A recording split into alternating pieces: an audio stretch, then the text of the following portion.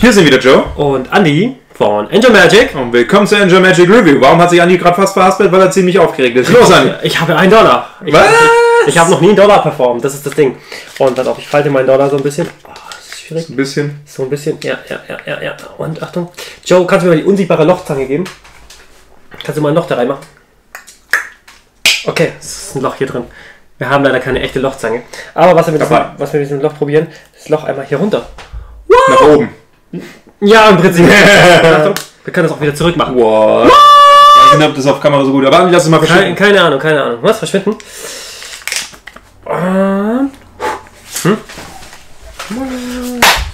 Und okay, ich bin echt aufgeregt. Ich performe nicht so oft für Kamera. Hybrid bei Danny Weiser. Andy hatte exakt einen Versuch. Wir lassen es mal durchgehen.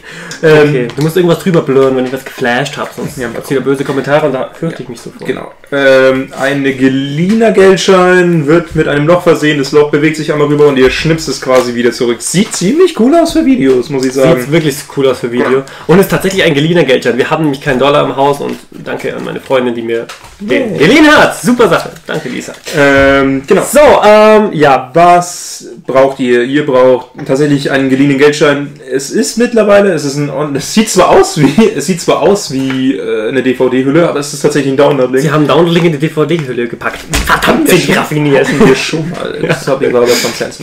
Aber egal.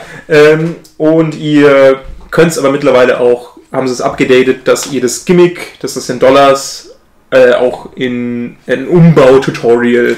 Genau, also das geht auch in Euro. Ich hatte nur keine Lust mehr in Euro umzubauen, weil es sehr aufwendig ist, aber machbar. Genau. Und deswegen war es einfacher, sich den $1 auszuleihen.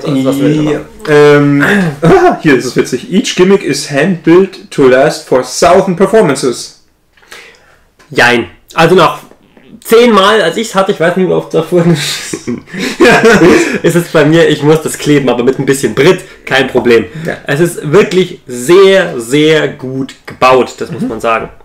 Und ja, man sieht den Farbunterschied bei der Performance von uns, weil der geliehene Dollar älter ist. Man sollte einen $9 verwenden. Oder Geldschein. Ja, genau.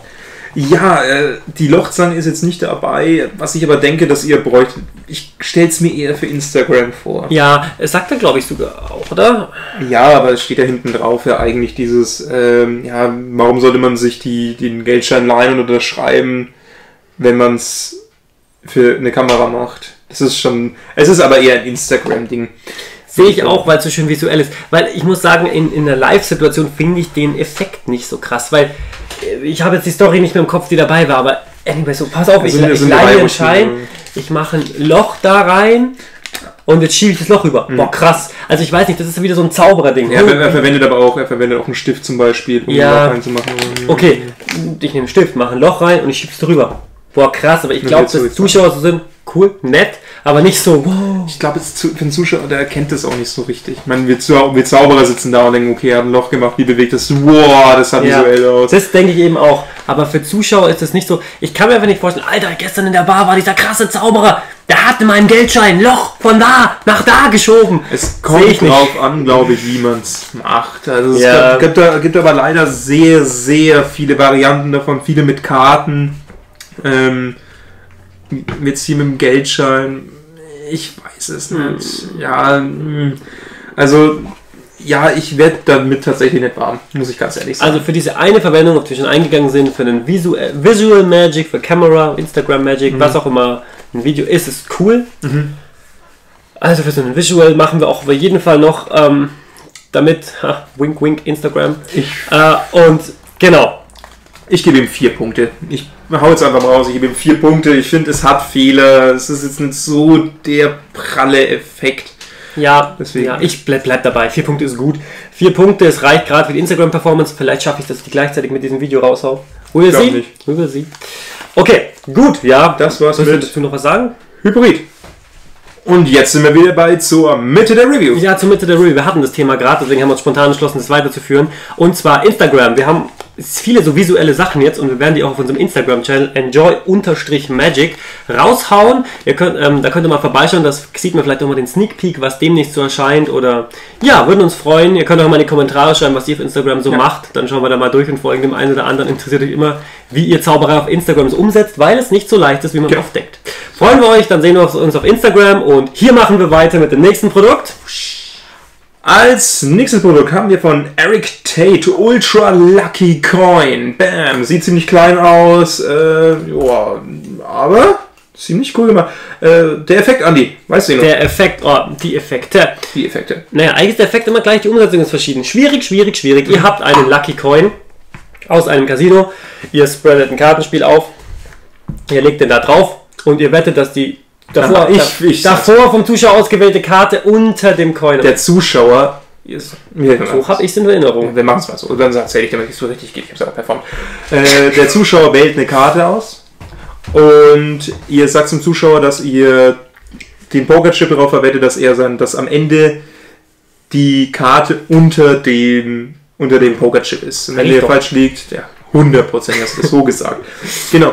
Und der Zuschauer wählt eine Karte aus und ihr habt am Ende einen Gag, dass unter dieser Karte Your Card steht, also deine Karte, was ihr auch behauptet habt. Und am Ende wollen die Leute natürlich gucken, welche Karte sie ausgewählt haben, und es ist dann genau die ausgewählte Karte, zum Beispiel die Pik 2. Und am Ende könnt ihr sagen, so, ja gut, es ist das Ende vom Trick, aber die Karte ist ja nicht drunter. Aber zum Glück könnt ihr das ja machen.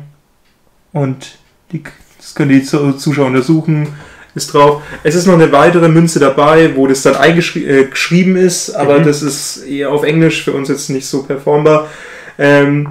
Es sieht unscheinbar aus, aber der kam mega gut an, dieser Effekt. Das verstehe ich auch nicht. Es ist kam echt unglaublich gut. Ich glaube, ich kann es gar nicht nochmal... Ich habe auch gedacht, gut, es wirkt ganz wie ein netter Effekt, aber dass dann am Ende dieser Reveal nochmal darunter ist, wo vorher nicht da war. Ja. Also es sind verschiedene Dinger drauf, verschiedene Versionen mit einem Two-Face, das ist das, was du gerade beschreibst, der mit dem Doppelten, mit dem Kicker-Reveal, wo man erstmal... Genau, das ist die Ultra Lucky Coin. Die Ultra Lucky Coin. Die normale Lucky Coin ist auch von jemand anderem, da hat den Creditor dann, keine Ahnung. Aber die ist nicht so gut. Wenn dann diese Ultra Lucky Coin Routine ist, kann man auch nur die machen, weil zweimal hintereinander funktioniert nicht. Ja, die ist super. Sie kommt witzigerweise sehr gut an. Aber ich verstehe auch nicht, warum. Das ist so das Ding. Ja, keine Ahnung, vielleicht denken wir einfach wieder zu sehr Zauber. Aber das ist wirklich was... Ich meine, ja klar, die Leute waren schon mal beeindruckt. Ich dachte, der bessere Effekt ist, dass die Leute die Karte finden. Ja.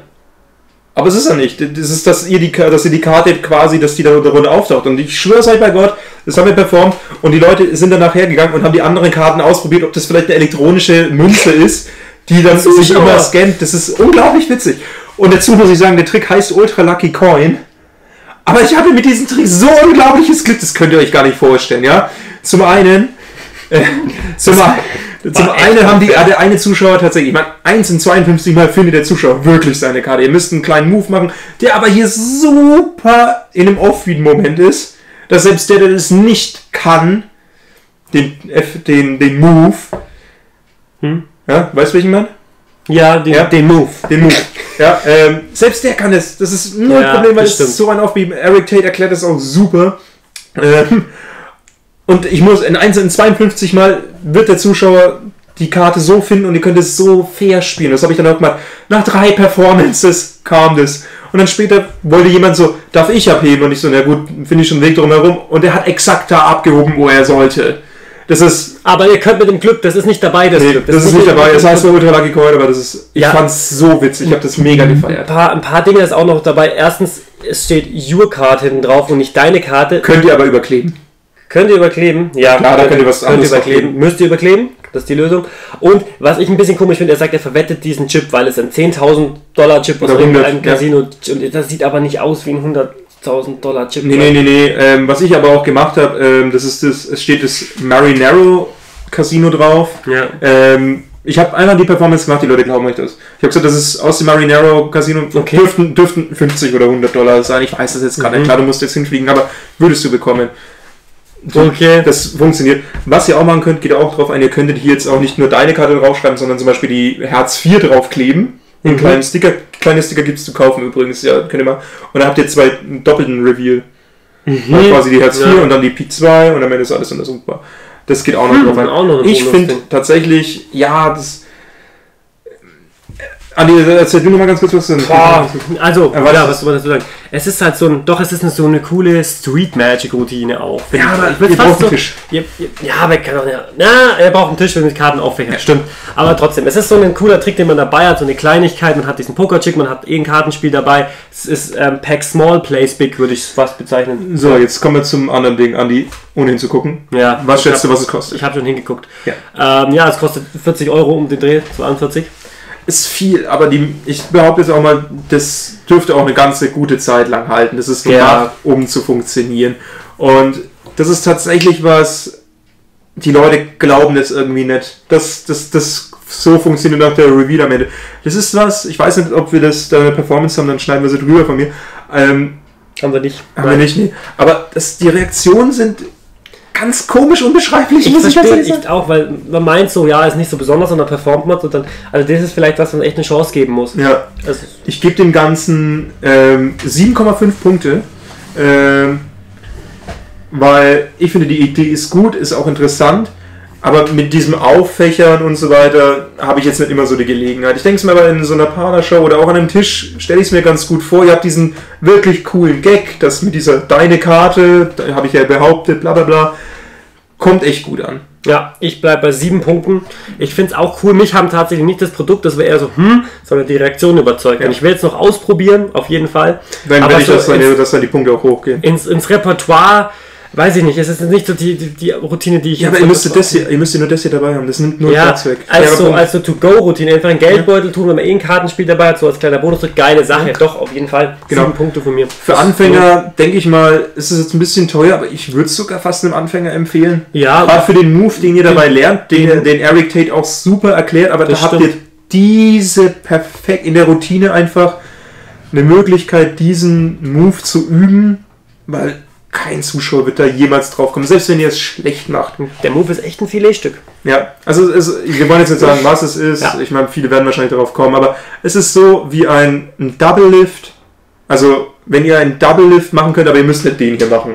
Ja, genau. So als Beispiel. Ja? Das ist einfach in der Routine, ist dieser Move. Und der passt da gut rein. Aber ich glaube, that's it. Für Anfänger, Amateure, Profis, weiß ich jetzt nicht, vielleicht haben die schon was Ähnliches. Aber an sich eigentlich für jeden, der Bock drauf hat, muss ich fast so sagen. Und das war's mit Ultra Lucky Coin von Eric Tate. Und das war's dann auch schon wieder mit der Enjoy Magic Review für diese Woche. Heute mit Hybrid und Ultra Lucky Coin. Ja, 2 coole Sachen. Danke an Magic Shop für den coolen Stuff diese Woche. Genau. Und in diesem Sinne, bis nächste Woche. Bleibt magisch. Und da sind wir durch. Cool. Ja. Essen. Ging heute wie Buddha. Ja, machst du einen Stopp hier. Buddha. Kannst du auch unter dem Schneggerler schreiben.